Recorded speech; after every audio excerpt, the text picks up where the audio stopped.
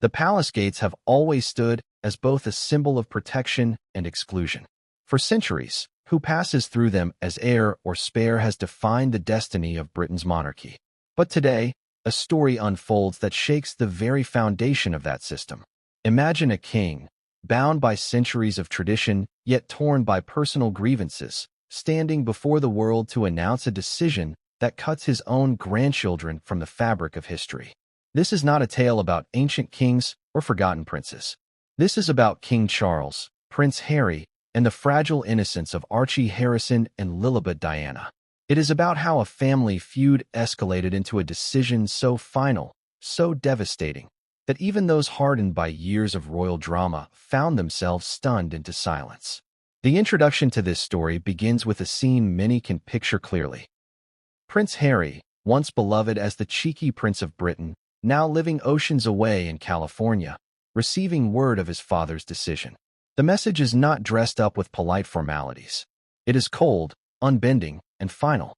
His children, Archie and Lilibet, are to be permanently deleted from the line of succession.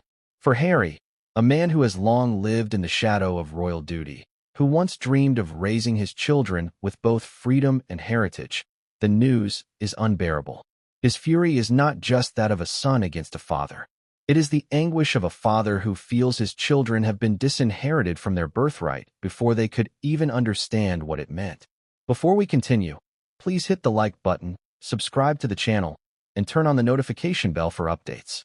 But how did we get here? To understand the weight of this moment, one must step back into the long corridors of history.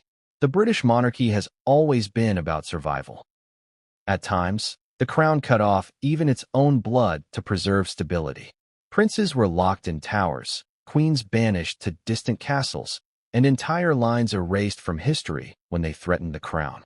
Charles's decision may feel personal, but in the context of monarchy, it is part of a tradition where family ties bow to the demands of the throne. Yet unlike the silent erasures of medieval times, this moment unfolds under the glare of cameras, Twitter feeds, and endless media scrutiny. Every whisper becomes a headline, every family quarrel an international spectacle. Still, the human side cannot be dismissed. Charles is not just the king. He is a father, a grandfather, and a man who has himself been wounded by family rejection. His relationship with his own parents was often strained, his own marriage scarred by public humiliation. That such a man would now choose to strike at his son's children reveals both the depth of betrayal he feels and the ruthless logic he believes the crown requires. But in the public eye, it is Prince Harry's reaction that steals the spotlight. We know Harry as a man who has battled the trauma of losing his mother, Princess Diana, in circumstances that left him mistrusting both the press and the institution that shaped his life. To see his children cast aside by that same institution ignites every raw nerve within him. The world has always had a fascination with succession. It is why series like The Crown capture global attention, why the abdication of Edward VIII still echoes nearly a century later, and why Diana's story remains a wound that never fully heals. Succession is not merely about who wears the crown. It is about legitimacy, about belonging, about whether the blood in one's veins is enough to claim a place in history. For Archie and Lilibet, being erased from that lineage is more than losing a ceremonial title. It is a declaration that they are outsiders, denied even the symbolic connection to the institution their father was born into. As the cameras roll and commentators debate, questions swirl. Was Charles acting from a place of duty, determined to protect the monarchy from the chaos that has surrounded Harry and Meghan since their departure? Or was this an act of vengeance, punishing his son by targeting the most vulnerable? Some argue it is the crown protecting itself. Others call it the ultimate betrayal of family. In either case, the decision cannot be undone easily, and its implications stretch far beyond one household. The tension in this story builds because it is not confined to the royal walls. It spills into the public imagination. Ordinary families see in this drama echoes of their own struggles, of children caught between feuding parents, of generational wounds passed down, of questions about identity and inheritance. What makes it even more gripping is that this is not a private matter. The monarchy exists in the open, funded by the people, judged by the people, yet bound by traditions that often resist modern scrutiny. The world watches, not simply as curious spectators, but as invested participants in the ongoing saga of the British crown. In the middle of it all stands Harry, fiery, emotional, and unwilling to stay silent. His fury is not a mere tantrum. It is the eruption of years of pent-up pain, of feeling like the expendable spare, of watching his wife vilified and now his children condemned. Meghan, though less visible in this specific decision, becomes part of the shadow narrative. For her, the erasure of her children is the harshest confirmation that she never truly belonged to the royal fold. Together, they are thrust into a battle not only against Charles's decision, but against the centuries-old machinery of monarchy itself. The introduction closes on a note of suspense, leaving the audience not with neat answers, but with pressing questions. How will Harry channel his fury into open rebellion, legal challenge, or further estrangement? Will Charles's decision hold firm, or will public backlash force the crown to reconsider? Most importantly, what will this mean for Archie and Lilibet as they grow older, eventually learning that their names were deliberately cut from the line of kings and queens? These are the questions that will guide the unfolding story. And while the outcome remains hidden, one truth is undeniable. The monarchy has entered one of its most volatile chapters, and the world is watching. The monarchy has always been built on decisions that defy personal sentiment. For centuries, kings and queens have had to weigh family love against the survival of the institution. The crown is not just a piece of gold that rests on a sovereign's head. It is the embodiment of centuries of tradition, power, and symbolism. When King Charles finally put his foot down and confirmed the removal of Archie Harrison and Lilibet Diana from the line of succession, he was not just making a family decision. He was making a statement about what the monarchy represents in a world where its relevance is constantly under scrutiny. But that does not make the decision any less shocking. For a grandfather to erase his own grandchildren from history is a move so heavy, so deliberate, that it begs the question, what could have compelled him to go this far? To understand the gravity of this act, we must look back at the weight of succession itself. In Britain, succession has never been just about inheritance. It is about legitimacy, about the stability of a kingdom, about maintaining an image of unity even when discord rages behind the walls of palaces. When Elizabeth I ruled, she famously declared she was married to her people, denying herself the possibility of heirs to ensure her reign was not tainted by political alliances. When Henry VIII sought to secure a male heir, he overturned an entire religious order, breaking with the Catholic Church and forever reshaping Europe. The throne demands sacrifice, sometimes blood, and often the hearts of those closest to it. Charles's choice to delete Archie and Lilibet from succession follows this same ruthless tradition, one where the survival of the crown outweighs the bonds of kinship. But what makes this moment uniquely devastating is that it does not occur in the shadows of castles or in secret declarations. It happens in the glare of modern media, where every word is dissected and every motive questioned. Unlike centuries ago, when heirs were declared or erased behind closed doors, today the world sees it unfold in real time. Newspapers, television pundits, and social media voices create a chorus of outrage and defense. To many, Charles has drawn a line in the sand, declaring that the children of Harry and Meghan, born into a life straddling two worlds, will never belong fully to either. In doing so, he risks not only their futures, but also the fragile trust the public holds in the monarchy. There is also the symbolic cruelty of the decision. Archie and Lilibet did not choose their circumstances. They did not ask to be born into a family where every move is political, where their parents' choices would determine their fates. Yet, by erasing them from succession, Charles has declared that innocence does not exempt one from the consequences of royal politics. For many observers, it feels like punishing children for the perceived sins of their parents. It evokes uncomfortable parallels with the past, when illegitimate children were cast aside, or when heirs were removed for the actions of those who raised them. The monarchy has always been ruthless in protecting itself, but in a modern age, such ruthlessness feels far colder, far more alienating. To some royal supporters, Charles's decision may appear pragmatic. The Sussexes, they argue, have distanced themselves so thoroughly from the institution that it would be absurd to pretend their children should have a place in its future. Harry and Meghan rejected royal duties, sought financial independence, and built careers outside the palace gates. Why should their children retain claims to titles and succession when their parents have chosen another path? In this line of reasoning, Charles is protecting the integrity of the monarchy, ensuring that future heirs are committed to service rather than scandal. He is cutting out potential weak links before they can destabilize the crown. Yet, even among those who understand this logic, there is unease. Because at its heart, the monarchy is supposed to be about continuity, about family, about an unbroken chain that binds the past to the future. Severing that chain so deliberately feels like breaking an ancient promise. There is also the question of timing. Why now? Why at this moment, when the monarchy is already under intense pressure to remain relevant in a world increasingly skeptical of inherited privilege? Some insiders suggest that Charles, having ascended to the throne later in life, is determined to establish his reign with decisive actions.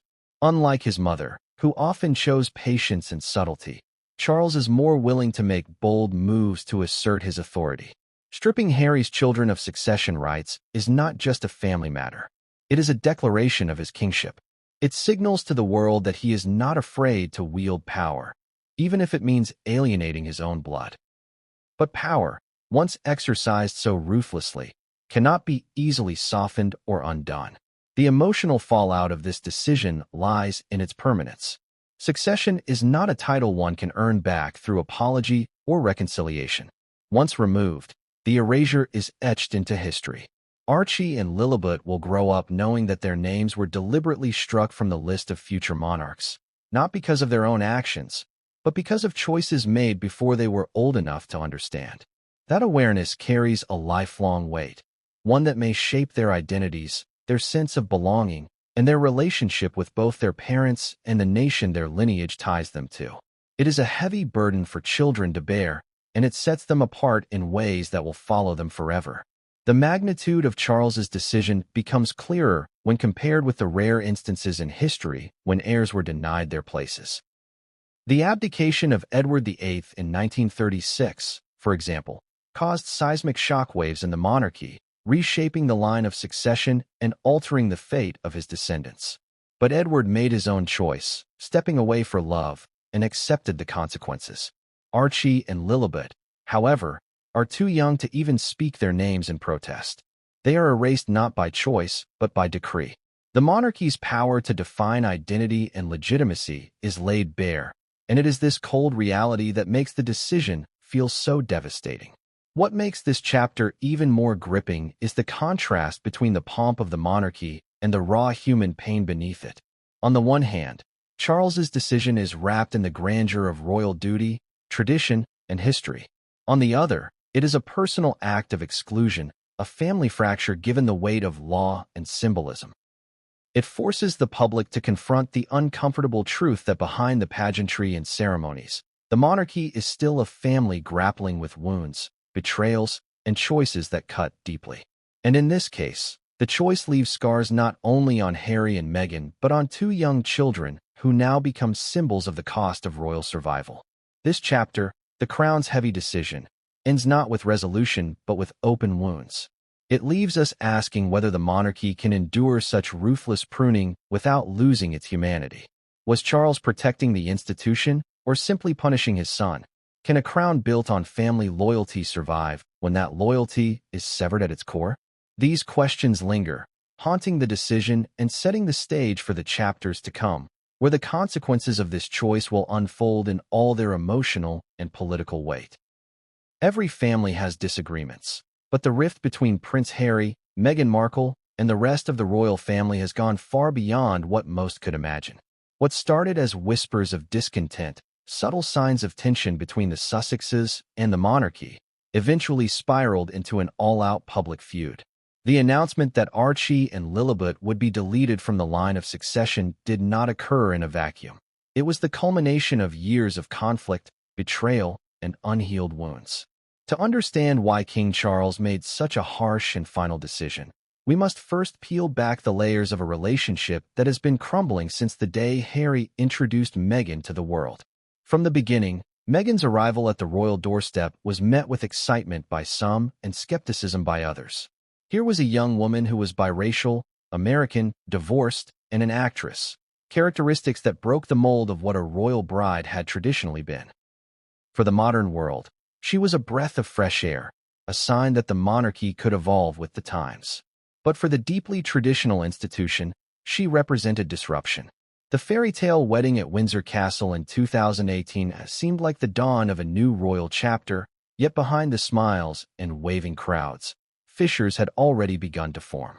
Harry, long known as the rebellious prince, finally felt he had found a partner who understood his pain, who could stand by him in the face of a system he often resented. Meghan, for her part, believed she could carve a space for herself within the royal machine. But as months passed, the reality of palace life set in. Royal insiders whispered about her struggle to adapt, her clashes with courtiers, and her growing frustration with the limitations placed on her. Tabloids painted her as a villain, often with undertones of racism and misogyny, and the palace's refusal to defend her publicly deepened her sense of isolation. For Harry, these attacks triggered old wounds. He remembered the relentless media persecution of his mother, Princess Diana, and the silence of the institution that allowed her to be consumed by it. To him, history was repeating itself, and this time it was his wife who was being sacrificed. The more Meghan was criticized, the more Harry pulled away from his family, convinced they were unwilling to protect her. When Meghan admitted in an interview that she had struggled with her mental health during her pregnancy with Archie, the chasm widened. Harry's trust in the palace all but collapsed, and Meghan felt the institution had turned its back on her when she needed it most. The defining moment of rupture came in 2020 with the announcement that Harry and Meghan would step back as senior royals. Known widely as Megxit, the move sent shockwaves through Britain and the world. For the monarchy, it was an act of defiance unlike anything seen in recent history. For Harry and Meghan, it was survival, a chance to reclaim their lives and raise their children in peace. But the very act of walking away branded them as outsiders. They were no longer insiders bound by royal duty, but celebrities in their own right, building financial independence through media deals with Netflix, Spotify, and book contracts. For Charles, William, and the institution, this independence blurred the line between service and self-interest, between duty and exploitation.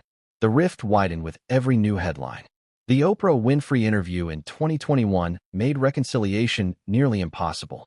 Meghan's claim that conversations had occurred within the palace about the skin color of her unborn child was explosive. It painted the monarchy as not just outdated, but cruelly discriminatory. Harry, sitting beside her, openly admitted that his relationship with Charles and William had fractured to the point of silence. The world watched in disbelief as a family known for its stoicism was exposed as deeply divided. In the aftermath, while the palace issued carefully worded statements, Charles reportedly felt blindsided and betrayed. The monarchy thrives on secrecy, on the preservation of dignity, and for Harry and Meghan to air the family's wounds so publicly was viewed as unforgivable. It is important to recognize that this was not just a rift between Harry and Charles, or Harry and William. It was a fracture in the very perception of the monarchy itself. The Sussexes positioned themselves as victims of an archaic institution, while the crown painted them as reckless individuals seeking fame and profit. Neither side was entirely wrong, and neither side was entirely right. The truth lay tangled between public perception, media manipulation, and private pain. But the damage was undeniable. For every charitable endeavor Harry and Meghan launched in the United States, critics back in the UK saw opportunism. For every interview they gave, the palace saw disloyalty. Archie and Lilibet, though too young to comprehend, became central to this conflict. Their very existence was politicized. Would they be given titles? Would they be allowed security? Would they be recognized as legitimate heirs? Each question became a point of contention. When Lilibet was christened in California, far from the traditional setting of royal chapels, it was seen as symbolic of the family's distance from the monarchy. When Harry returned alone to the UK for his grandfather Prince Philip's funeral, Meghan stayed behind, fueling speculation of continued resentment. Every gesture, every absence, every word became another piece in the puzzle of division. Harry's memoir, Spare, released in 2023, further cemented the rift. In its pages, he revealed painful details about his upbringing, his rivalry with William, and his disappointment with Charles. While the book sold millions and captivated global audiences, it burned bridges with the very family he wrote about. For Charles, reading his son's words must have felt like another betrayal, another knife to the heart of a father who had already watched his son walk away from the family business. For William, the book confirmed his fears that private matters would never again remain private. For Harry, it was catharsis. But for the monarchy, it was ammunition to justify pushing him and his children further away. By the time Charles made the decision to erase Archie and Lilibet from succession, the rift was already a canyon. Years of mistrust, public accusations, and private wounds had made reconciliation a distant dream. What had begun as a marriage celebrated around the world had spiraled into a saga of division that left the monarchy battered and Harry and Meghan more isolated than ever. The crown, in Charles's eyes, could no longer afford the risk of leaving a place in its future to children raised outside its control. The rift had not only deepened, it had become permanent. The Sussex rift is not just a personal story of father against son or brother against brother. It is the story of an institution struggling to adapt to modernity, of individuals trying to reclaim autonomy from a system that demands conformity. It is about wounds that never healed, words that could never be taken back, and choices that could never be undone. And it is in this climate of distrust and bitterness that Charles's final decision emerged, framed not as an isolated act of cruelty, but as the inevitable outcome of years of division. As this chapter closes, the audience is left reflecting on the question that hangs over the entire saga. Was this rift unavoidable, or could the story have taken another path had both sides chosen forgiveness over resentment? The answer is unclear, but one truth is undeniable. The Sussex rift has carved scars into the monarchy that will last for generations. Every decision a monarch makes is subject to interpretation, scrutiny, and judgment. But when King Charles announced his final decision to strike Archie Harrison and Lilibet Diana from the line of succession, the world demanded an answer. Why? What drove a grandfather to disinherit his own grandchildren from the most prestigious lineage in the Western world? The question has ignited endless debate among royal watchers, historians, and the public. To understand Charles's justification, we must enter the mind of a man torn between duty and family, between the preservation of an institution and the bonds of blood. For Charles, the throne is not just an inheritance, but a burden he has carried for decades. As the longest-serving heir apparent in British history, he spent most of his life preparing for a role he was not permitted to occupy until late in life. When he finally ascended the throne after the passing of Queen Elizabeth II, Charles knew his reign would be defined not by longevity, but by decisiveness. He was not a young king with decades to establish his legacy. Every choice he made from the moment of his coronation would either strengthen or weaken the monarchy in the eyes of the world. The weight of that reality shaped his reasoning in the matter of Harry, Meghan, and their children. At the heart of Charles's justification lies the concept of royal duty. The monarchy is more than a family, it is an institution. Unlike an ordinary father or grandfather, Charles is bound by expectations that transcend personal sentiment. Every royal must embody loyalty, discretion, and service. When Harry and Meghan stepped back from their roles, they not only walked away from duties, but also blurred the line between public service and private ambition. To Charles, allowing their children to remain in the line of succession would symbolize a dangerous precedent, that one could reject the responsibilities of monarchy, yet still retain the privileges. For a king tasked with securing the survival of the institution, that was unacceptable. There is also the matter of control. Succession is not just about names on a list. It is about shaping the future image of the crown. Charles knows that heirs, even those many places removed, carry symbolic weight. They are the face of monarchy's future. Archie and Lilibet, born and raised in the United States, outside the direct influence of the palace, would be beyond the reach of royal shaping. They would grow up not under the watchful eye of courtiers, but under the freedom of Hollywood, Silicon Valley, and the global media spotlight. Their identities would be formed not by the rituals of Windsor, but by the values of a world often critical of monarchy itself. For Charles, this was not just a theoretical risk. It was a genuine threat to the crown's image. Adding to his justification is the precedent of history. Monarchs before him have had to make similar choices, often with even harsher consequences. The abdication of Edward VIII was resolved not by compassion, but by stripping him of his titles and removing him from succession. Queen Victoria excluded relatives she deemed unfit. The monarchy has always been ruthless when survival demanded it. By erasing Archie and Lilibet from succession, Charles was following a tradition of hard choices, one that prioritizes stability over sentiment. In his mind, he was not acting as a cruel grandfather, but as a responsible sovereign, protecting the crown from uncertainty. But Charles's justification is not purely institutional. It is also personal. The wounds inflicted by Harry's actions have left deep scars. The interviews, the memoir, the accusations, each was felt not only as a public humiliation, but as a private betrayal. For Charles, to allow Harry's children to remain in the succession line would be to reward disloyalty. It would mean turning a blind eye to what he perceives as treachery. In a family where loyalty to the institution is paramount, Charles views the Sussexes as deserters, and deserters cannot dictate the future of the crown. By removing Archie and Lilibet, he was sending a message not only to Harry but to the world.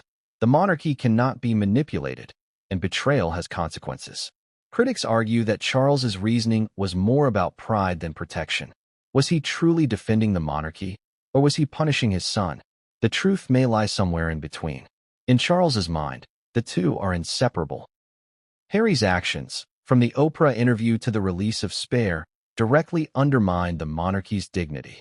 Protecting the crown meant drawing a boundary, and the removal of Harry's children was the clearest line he could draw. To him, it was not cruelty, it was accountability. Yet, to the world, the sight of innocent children being cut off from royal history feels less like accountability and more like vengeance. Charles also had to consider the future of the crown under Prince William. As heir to the throne, William's role is central to the monarchy's survival.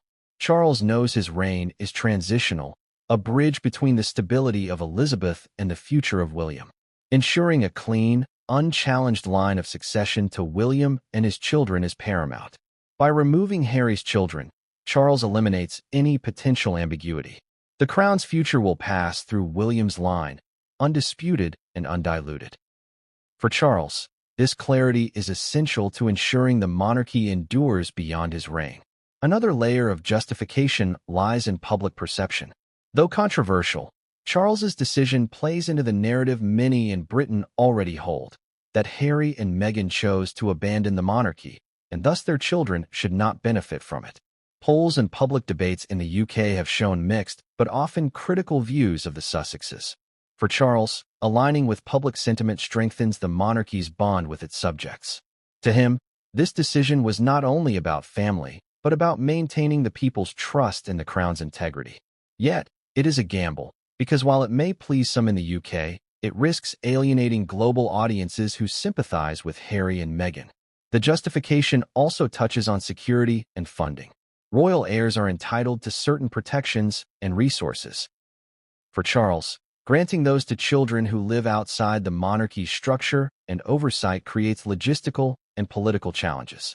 Why should British taxpayers fund security for children raised in California? Children who may never serve the crown. Removing them from succession simplifies these questions, cutting off the expectation of entitlements that the monarchy cannot or will not provide. What makes Charles's justification compelling, even if controversial, is that it is rooted in both reason and emotion. It is reasoned in the sense that he sees himself as safeguarding the institution. It is emotional in that it reflects years of hurt, disappointment, and mistrust toward his youngest son. These two threads, duty and personal grievance, intertwine until they are indistinguishable. Whether Charles acted as a king or as a father scorned, the result is the same. Archie and Lilibet are erased from the future of the monarchy. And yet, for all his justifications, the decision raises troubling questions. Can a monarchy survive if it sacrifices its humanity for the sake of preservation? Does removing two innocent children truly protect the crown, or does it expose the monarchy's coldness in a modern world that values compassion? Charles may believe his justification is ironclad, but the morality of his choice will be debated for generations. As this chapter closes, one cannot escape the sense of tragedy. Charles may feel justified, but justification does not heal wounds. It does not erase the pain of a son who feels betrayed, a daughter-in-law who feels excluded, or grandchildren who may one day learn they were denied their birthright. His reasoning may satisfy the institution, but it fractures the family. And in that fracture lies the true cost of his justification, a crown preserved, but a family shattered. There is an old saying that silence can be louder than words, and in Meghan Markle's case, her silence following King Charles's decision to delete her children from the line of succession spoke volumes. Meghan has often been accused of speaking too much, of exposing the family's private affairs in interviews and memoirs, but in this moment, she chose something different. She did not rush to television cameras. She did not issue a formal statement. She let the decision hang in the air, unchallenged in words but thunderous in its implications. Yet behind that silence, there was a storm brewing, a storm of anger, of grief, and of fear for what this meant not just for her children's futures, but for her own place in history. Meghan's relationship with the royal family has always been fraught with tension. From the moment she walked into that world, she was treated differently. Every move she made, every outfit she wore, every word she spoke was dissected in ways that few other royals had endured.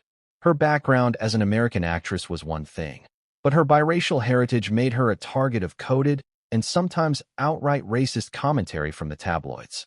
What should have been a fresh chapter for the monarchy instead became a battleground of identity, culture, and tradition. For Meghan, the scrutiny was not just hurtful, it was life-altering. And when her children were born, she carried the weight of knowing that the same institution that had failed to protect her was now positioned to define the lives of Archie and Lilibet. When Archie was born, Meghan had already voiced concerns about how he would be treated. The infamous claim made during the Oprah Winfrey interview, that conversations occurred about how dark his skin might be, revealed the depth of her fear that her children would never be fully accepted by the institution. Whether one believes every word of that claim or not, the perception it created was undeniable. Meghan was painted as a mother forced to defend her children before they even entered the world. Now, with Charles's decision to erase Archie and Lilibet from succession, it felt like her fears had been confirmed in the most public and devastating way possible.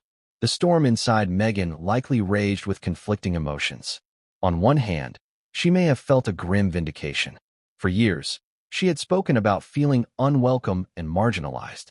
This decision proved, at least in her eyes, that the family never intended to embrace her or her children as equals. On the other hand, the devastation must have cut deep. To have her children stripped of their place in history, their names effectively erased from the lineage of kings and queens, was more than rejection. It was humiliation on a global scale. She had married into one of the most famous families in the world, only to see her children written out of its future as if they were never truly part of it at all. There is also the maternal dimension that adds layers to Meghan's silent storm. Every mother, regardless of status, desires to protect her children from harm. Meghan had already taken drastic steps to shield Archie and Lilibet by moving away from the UK, stepping back from royal duties, and relocating to California in pursuit of privacy. But no matter how far she moved, the shadow of the monarchy loomed large. To see Charles use his authority to strip her children of succession rights was to see that shadow reach across the ocean, a reminder that she could never fully escape the institution she had tried so hard to leave behind. It was as though the monarchy was sending her a message. You may have left, but we still control your narrative. Her silence also carried strategic weight. Meghan knows how the press operates.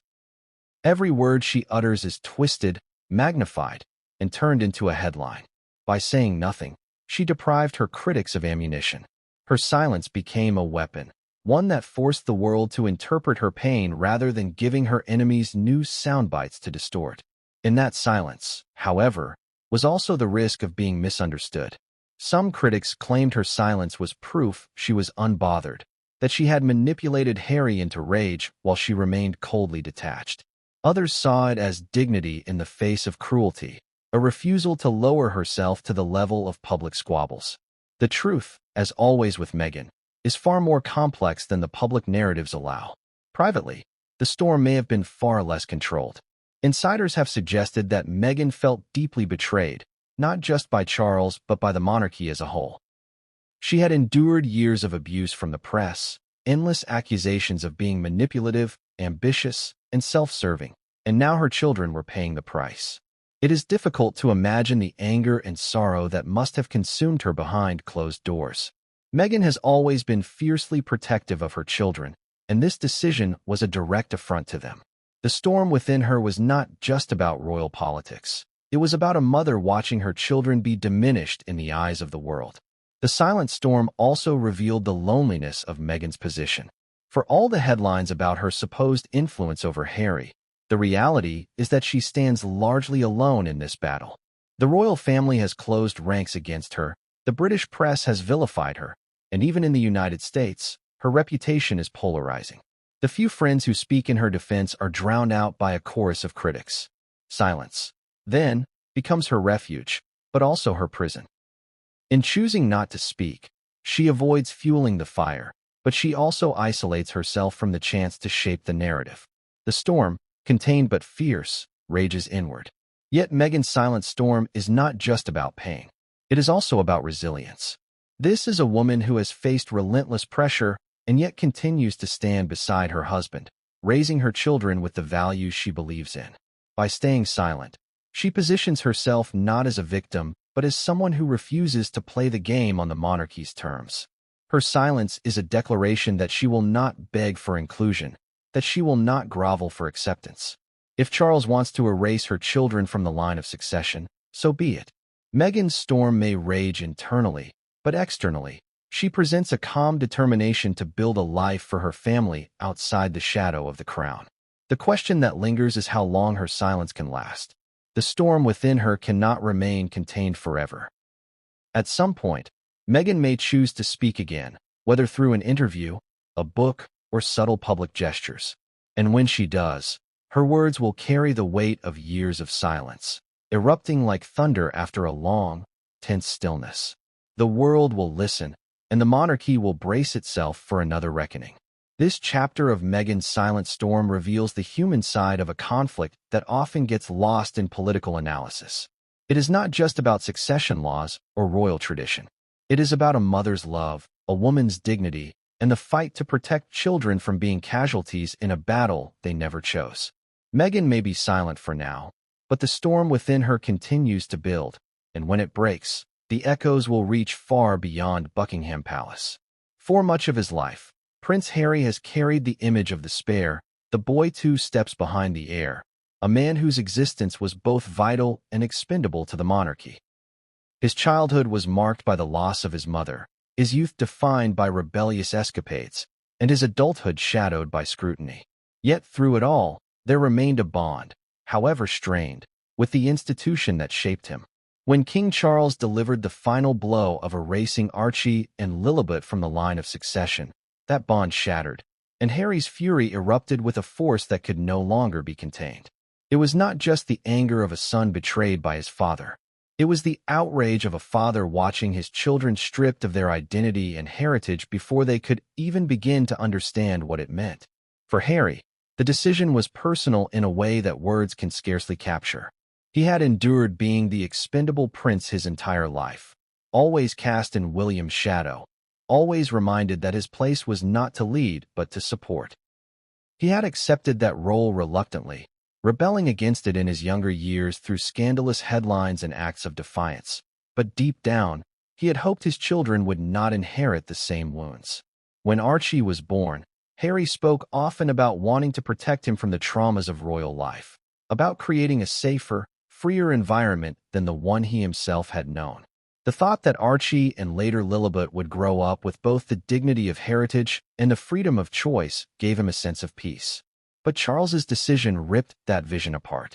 It told Harry, in no uncertain terms, that his children were not worthy of the heritage they had been born into. The fury within Harry was not blind rage. It was layered, complex, rooted in years of grievances. He had watched his mother destroyed by a system that valued duty over compassion.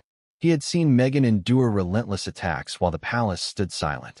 He had swallowed the indignity of losing security, of being told his family would no longer be protected after stepping back from royal duties. Each of these wounds festered within him. And when Charles's announcement came, it tore open all those scars at once. It was as though his entire life of being overlooked, undervalued, and cast aside had culminated in this single act against his children. Reports of Harry's reaction suggest he was livid, unable to contain his emotions. This was not the quiet, simmering disappointment he had shown at times in the past. This was volcanic. His words, sharp and uncompromising, were said to have cut through any pretense of diplomacy. He accused Charles of betrayal, of cruelty, of prioritizing the institution over his own grandchildren. His fury was so intense that those close to him feared reconciliation was now impossible. For Harry, this was the final straw, the confirmation that his family's loyalty to the crown would always outweigh their love for him and his children. But Harry's fury was not only directed at his father. It extended to the entire structure of monarchy itself. He had long questioned its relevance, long criticized its coldness, but this decision crystallized his view of it as an institution unworthy of the loyalty it demands. He saw the crown not as a symbol of unity, but as a machine that devours even its own. His fury was a rejection of the very system that had defined his life. To him, Charles's act was not simply a grandfather's choice. It was proof of monarchy's inhumanity. The anger also revealed Harry's protective instincts as a father. He had once said, in interviews, that his greatest fear was history repeating itself, that the trauma inflicted upon his mother would be revisited upon his wife and children. In Charles's decision, Harry saw that fear materialize in a new form. While Diana had been hounded by the press, Archie and Lilibet were now being erased by decree. For Harry, this was not just politics. It was an existential threat to his children's sense of belonging. His fury was the roar of a father who felt cornered, stripped of the ability to shield his children from harm. This fury spilled into his conversations with those closest to him. Friends and allies noted his bitterness, his determination to fight back, his refusal to accept the decision quietly. Some suggested that he began exploring legal options, questioning whether there were constitutional grounds to challenge the removal.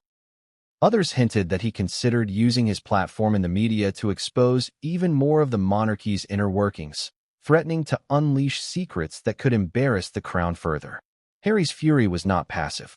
It was active, driving him toward retaliation, toward making his father and the institution feel the pain he felt. Yet, there was another layer to Harry's fury, despair. Beneath the rage lay heartbreak. For all his criticisms of his father, for all his battles with the institution, some part of Harry still longed for reconciliation. Some part of him hoped that one day, Archie and Lilibet would be embraced by the family, that the wounds could be healed. Charles's decision obliterated that hope. In its place, it left a cavern of despair, a recognition that the divide was now permanent. That despair fueled his fury, giving it a raw, emotional edge that made it both terrifying and tragic. The world, of course, watched closely. Media outlets reported on his reaction, framing it as either justified outrage or entitled tantrum, depending on their perspective.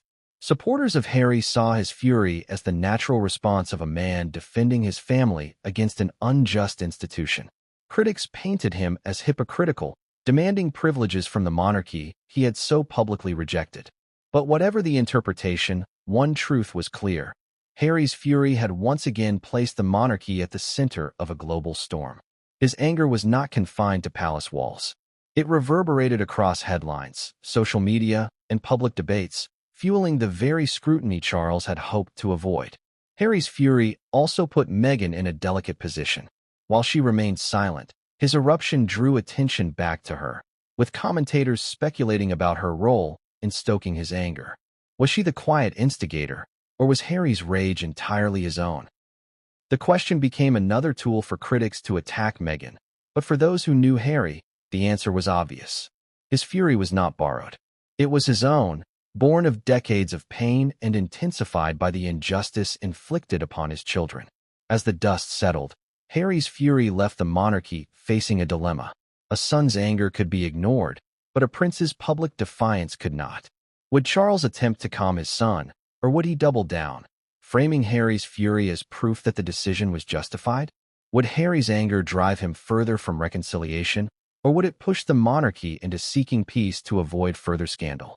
These questions lingered in the air, unanswered, as Harry's fury continued to smolder. What made this fury so gripping was its inevitability. Anyone who had followed Harry's life could see it coming. The boy who walked behind his mother's coffin, the young man who lashed out against the press, the husband who defended his wife against relentless attacks. All of these moments led to this explosion. It was not just an outburst. It was the culmination of a lifetime of frustration, betrayal, and exclusion. In Charles's decision, Harry saw the final confirmation that he and his children would never be truly valued by the crown, and his fury was the only response left to him. As this chapter draws to a close, we are left with an image of Harry, furious and heartbroken, standing at the edge of a chasm that now separates him forever from the monarchy. His fury is both his shield and his curse, protecting his children in spirit but ensuring that the wounds between him and his family may never heal. It is the fury of a man who has nothing left to lose and everything to defend. In the clash between crown and family, between tradition and personal loyalty, it is easy to forget the most vulnerable figures caught in the crossfire, the children. Archie Harrison and Lilibet Diana did not choose the circumstances of their birth. They did not ask to be born into a life where their every photograph is dissected, their names used as symbols in battles far larger than themselves. Yet here they stand, not even old enough to comprehend the meaning of succession and already branded by history as the ones deliberately cut out of the royal future. Their innocence, their youth, makes the decision all the more devastating. To understand the true cost of Charles's decision, we must first picture Archie. Born in 2019 to global fanfare, he entered the world as the first mixed-race child in modern British royalty, a milestone celebrated by millions around the globe. His birth represented a hopeful future for the monarchy, one that reflected the diversity of the Commonwealth and connected the institution to a rapidly changing world. For a brief moment, the sight of Harry and Meghan holding their newborn son in Windsor Castle gave the impression that the monarchy was evolving. But that hope soon collided with harsh reality. Questions about titles, about skin color, about whether he would be protected, cast shadows over his earliest days. What should have been a celebration of new life became a reminder of the old prejudices and rigid traditions still at play within the palace walls. Then came Lilibet Diana, born in 2021 in California, far from the palaces of her ancestors. Her very name was a bridge and a statement. By naming her after both Queen Elizabeth's childhood nickname and Diana, Harry and Meghan signaled an attempt to connect their daughter to the royal lineage while also honoring the memory of the grandmother Harry lost too soon. Yet, despite the symbolic weight of her name, Lilibet's birth marked another chapter in the Sussexes' separation from the monarchy. While royal babies are traditionally celebrated with formal announcements, gun salutes, and church christenings, Lilibet's arrival was quieter, more private, reflective of her parents' new life outside the royal fold. Even then, her place in the line of succession sparked debate. Was she a legitimate heir when her family had stepped away from royal duties? Should she, like Archie, enjoy titles and rights that tied her to an institution her parents had rejected? By removing Archie and Lilibet from succession, Charles effectively answered those questions with finality.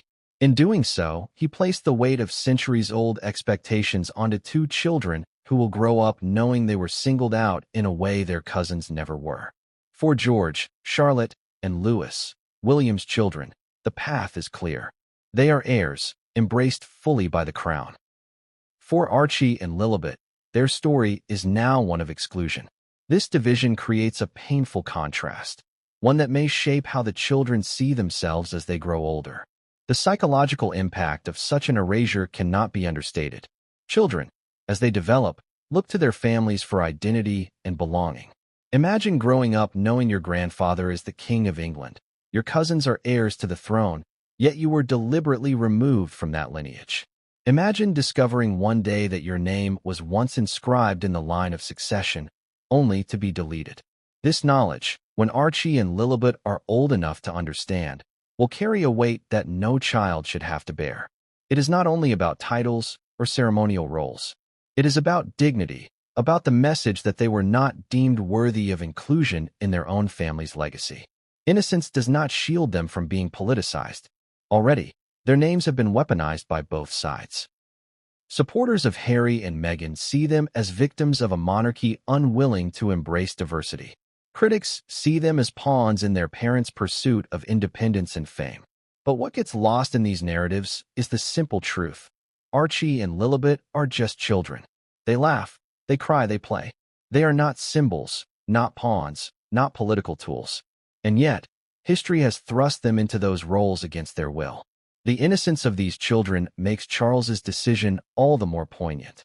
A grandfather's role is supposed to be one of unconditional love, of protection, of ensuring that his grandchildren feel secure in their place in the family. Instead, Charles's act sends the opposite message. It tells them that their place is conditional, that their belonging is negotiable, and that love is filtered through the lens of monarchy's survival.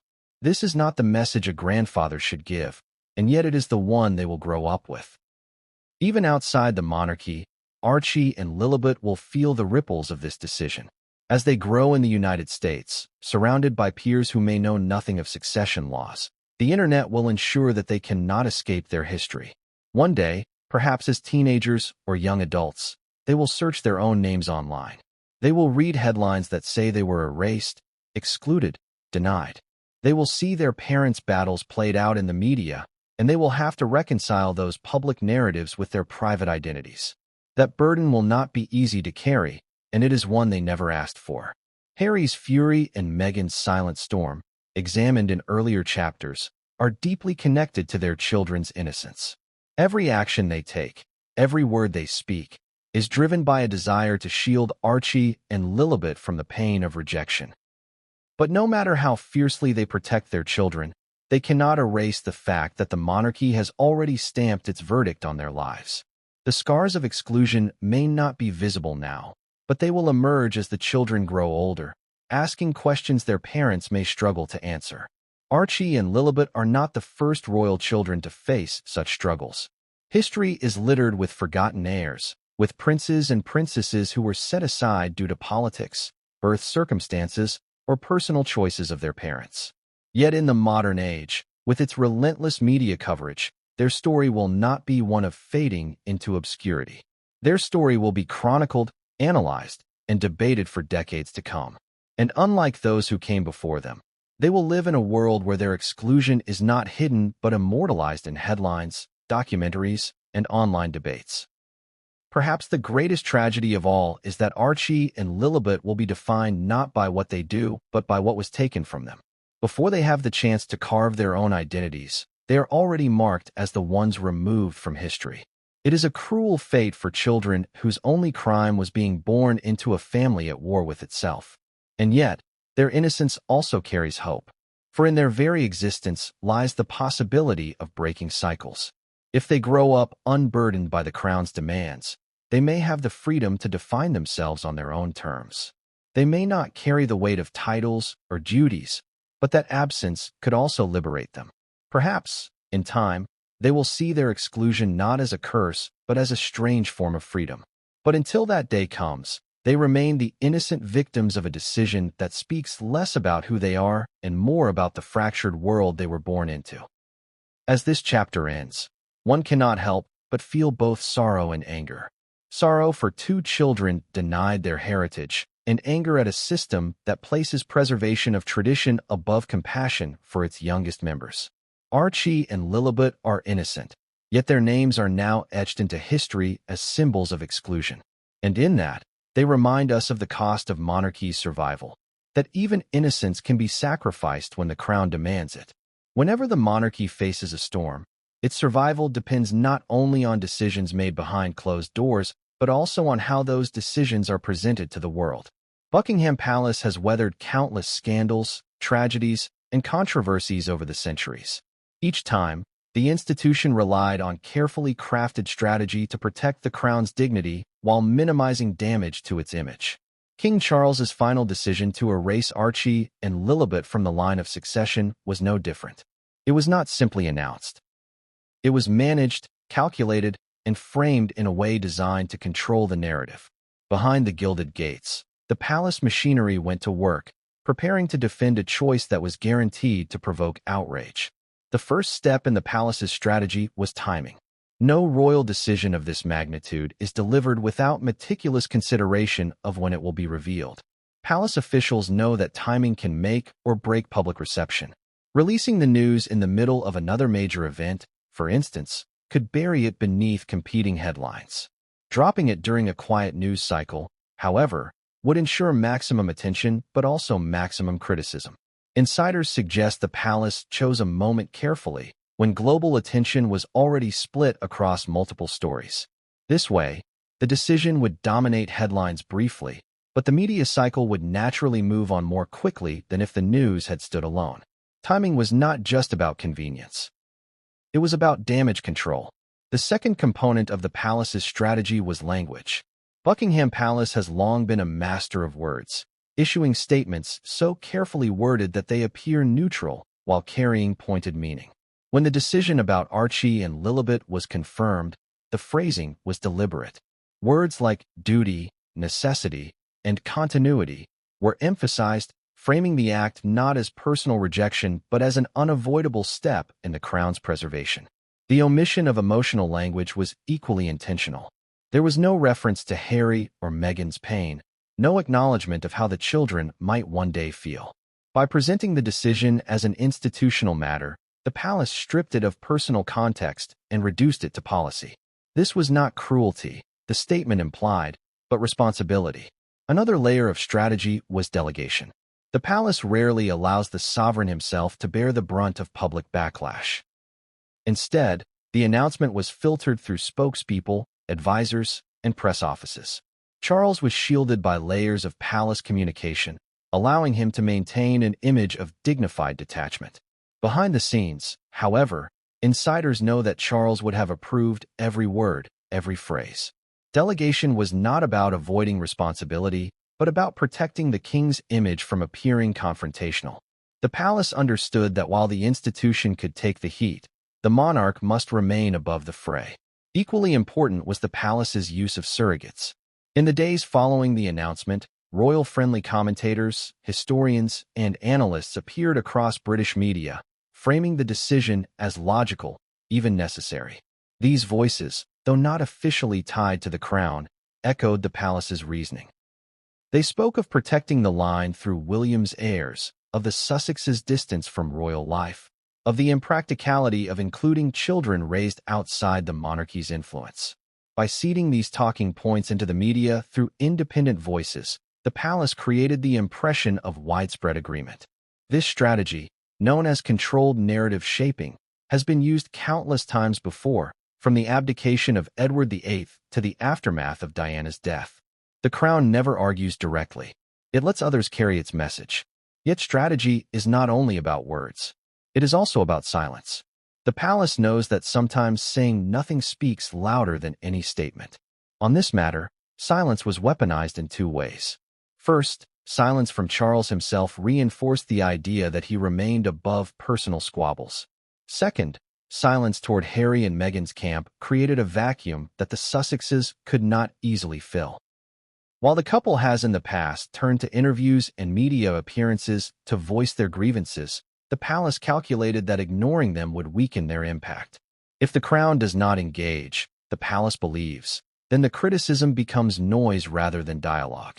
It is a strategy rooted in endurance rather than confrontation. Of course, no strategy is foolproof. The palace had to anticipate backlash, particularly in the United States, where Harry and Meghan enjoy greater sympathy. This is where the monarchy's global balancing act becomes evident. Within the UK, where loyalty to tradition remains stronger, the decision could be spun as necessary.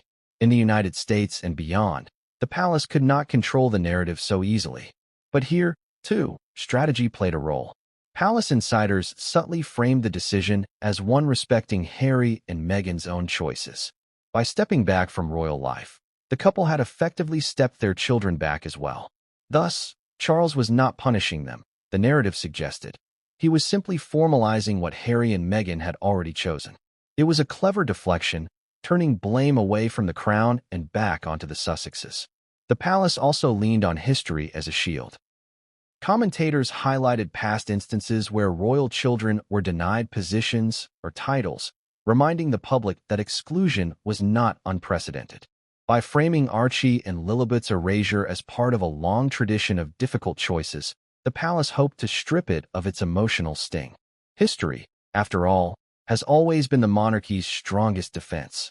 What seems harsh in the present can be softened when presented as continuity with the past.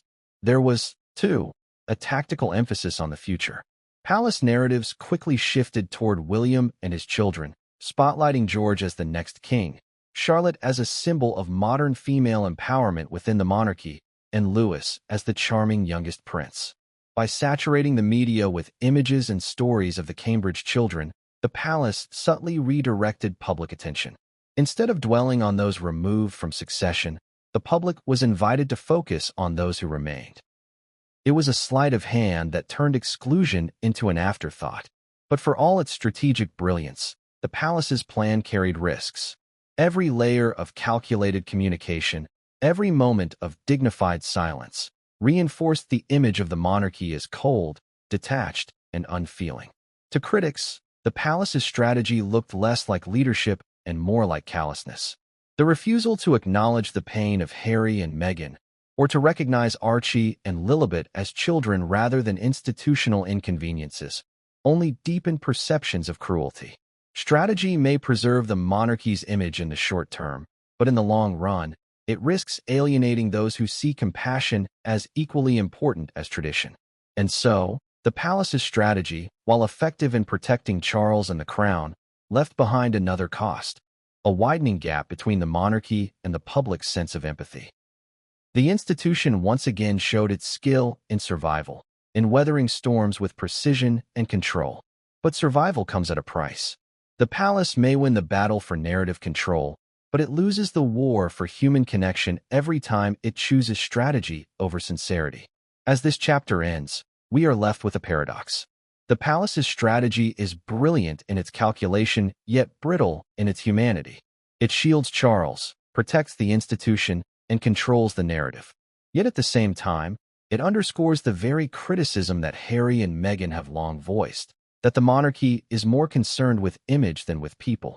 It is a reminder that in the world of royalty, strategy may ensure survival, but survival often comes at the expense of compassion. Every decision made by the monarchy ripples far beyond the walls of palaces, touching the hearts and minds of millions who see in the royal family both a symbol of tradition and a mirror for society's values. When King Charles confirmed the removal of Archie and Lilibet from the line of succession, the backlash was immediate and fierce. For some, it was a long overdue act of pragmatism. For others, it was a betrayal so cruel that it confirmed every criticism leveled at the monarchy by Harry and Meghan. The division that followed revealed not only fractures within the royal family, but fractures within the public itself, across nations, generations, and cultures. The first wave of backlash came from ordinary citizens in Britain. The monarchy is deeply rooted in the national identity, but the country is not monolithic in its support. Some Britons saw the decision as cold-hearted, a rejection of innocent children for sins they had not committed.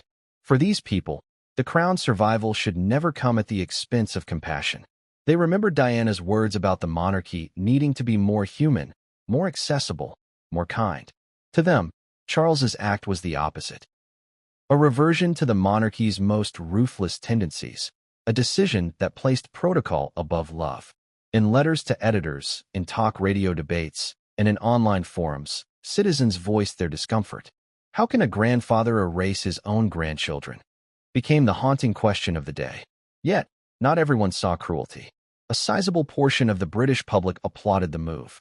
For years, Harry and Meghan had distanced themselves from the monarchy, monetized their stories, and criticized the institution from abroad. To many, it was hypocritical to expect that their children would retain a claim to the crown while their parents rejected royal duty. This group saw Charles's decision not as cruelty, but as common sense. They argued that the monarchy cannot be half in, half out. Either one is part of the institution or one is not, and by extension, so too are one's children. The phrase, "you can't have your cake and eat it too," was repeated endlessly across opinion columns and social media posts. In the United States, the reaction was markedly different. There, Harry and Meghan have crafted an image as victims of an outdated and hostile monarchy. Their interviews, media deals, and public appearances have garnered sympathy from audiences who see them as courageous for breaking free from a rigid system. To American eyes, Charles's decision looked like vindication of Meghan's claims that the institution never intended to accept her or her children. Prominent voices in American media described the move as petty, cruel, and tone-deaf in an era where diversity and inclusion are celebrated. Talk shows debated whether the decision was racially motivated, reviving the explosive allegations Meghan had made years earlier. The backlash in America reinforced the divide between how the monarchy is perceived at home versus abroad. The Commonwealth, too, weighed in. In nations where the British monarch is still head of state, the decision sparked fresh debates about the relevance of the crown. Citizens of Canada, Australia, and Caribbean nations questioned why they should pledge allegiance to a monarchy that appeared willing to cut out children for political convenience. For countries already flirting with Republican movements, this was further ammunition. Politicians and commentators used the decision as an example of why their nations should sever ties with the crown altogether. What began as a family matter suddenly had geopolitical implications, threatening the very unity of the Commonwealth. Social media amplified the division to an unprecedented scale. Hashtags trended globally, with one side calling Charles a heartless monarch and the other praising him as a man finally drawing boundaries. Memes, opinion threads, and viral videos flooded platforms. Influencers and celebrities chimed in, some siding with Meghan and Harry, others defending the crown. In the digital age, backlash is not measured in protests outside Buckingham Palace, but in millions of voices echoing across screens. The noise was deafening, the division unmistakable. What made the backlash even more intense was the contrast between perception and reality. On one hand, the palace's carefully worded statements framed the decision as necessity. On the other, Harry's visible fury and Meghan's quiet silence painted it as personal betrayal. The public, lacking access to the full truth, filled the gaps with speculation, emotion, and projection. Some saw themselves in Harry, the child of a fractured family, trying to protect his own children from rejection. Others saw themselves in Charles, the elder forced to make difficult decisions for the greater good, even at personal cost. The monarchy became less of an institution and more of a stage on which people projected their own struggles with loyalty, family, and identity. Generational divides also shaped the backlash. Older Britons, raised with deep respect for the monarchy, were more likely to see Charles's decision as justified, a necessary step to ensure stability. Younger generations, however, were far less forgiving. For them, compassion and inclusion matter more than tradition.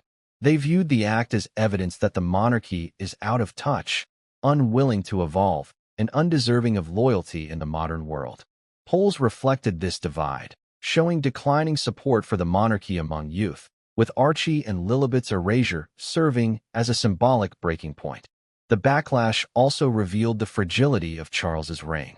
Unlike Elizabeth II, who commanded near-universal respect even among critics of the monarchy, Charles has always struggled with public perception. His turbulent personal life, his controversial marriage to Camilla, and his long years as a waiting heir left scars that never fully healed in the public imagination. By making such a divisive decision so early in his reign, Charles risked deepening doubts about his ability to unify. While his supporters praised him for being decisive, his critics saw confirmation of their fears, that he was a king more concerned with control than with compassion. Division extended beyond the public to political circles. Some members of Parliament called for greater transparency, questioning whether the monarchy should wield such unchecked power over succession. Others rallied behind the king, arguing that the monarchy's autonomy must be protected from outside interference. The debate reached into the heart of British democracy, reopening old conversations about the monarchy's role in modern governance. Could a family decision truly be separated from state matters when it involves the line of succession? Even within the royal family itself, division simmered. William and Catherine, though outwardly silent, were undoubtedly aware of the implications for their own children. By narrowing the line of succession, Charles had strengthened their children's positions as undisputed heirs.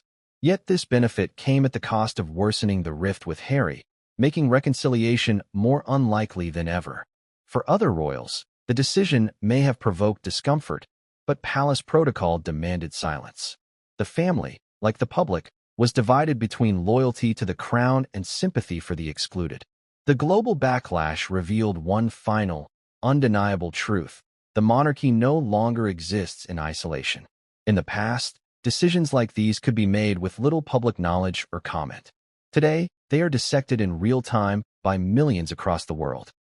Every justification, every reaction, every silence becomes part of the narrative. The division that erupted after Charles's decision was not just about Archie and Lilibet. It was about what the monarchy represents in the 21st century, an institution caught between the weight of tradition and the demands of modern values. As this chapter closes, the image is one of a monarchy standing at the center of a storm of opinion, pulled in opposite directions by loyalty and criticism, tradition and compassion, nationalism and globalism. The backlash has revealed more than discontent. It has revealed a deep division about the monarchy itself, about whether it can continue to exist in its current form, and about whether the cost of survival, measured in the erasure of innocent children, is a price the world is willing to accept.